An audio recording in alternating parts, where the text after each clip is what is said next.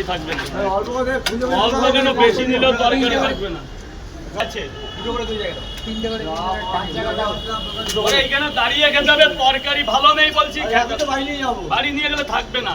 এই তুমি বলো তিনটে করে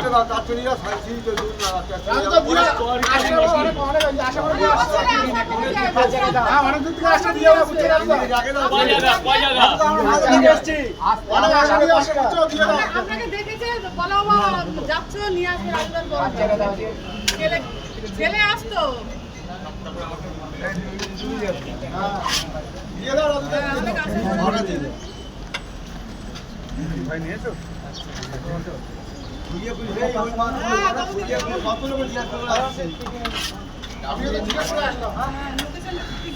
একশো টাকা দিয়ে দাও, 100 টাকা দাও। ডিম পার্সেল হচ্ছে না, পার্সেল